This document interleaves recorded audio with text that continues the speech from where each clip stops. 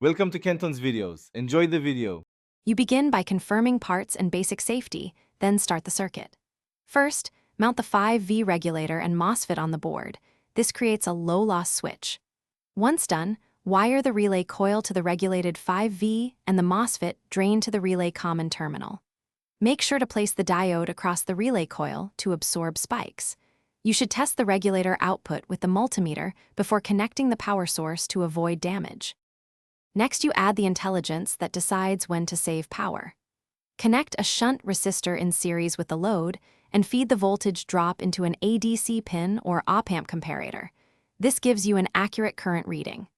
Once you have readings, program the controller to open the MOSFET or trigger the relay when current exceeds your threshold or battery drops below a set voltage. Make sure to include debounce and hysteresis in your code so the device doesn't chatter under transient spikes.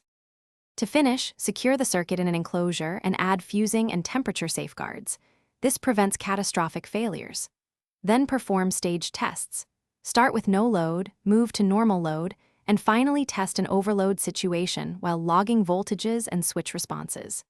If it doesn't behave, first verify power rails and regulator output, then measure shunt and MOSFET continuity, and lastly step through the firmware thresholds. Make sure connections are solid and grounds share a common reference.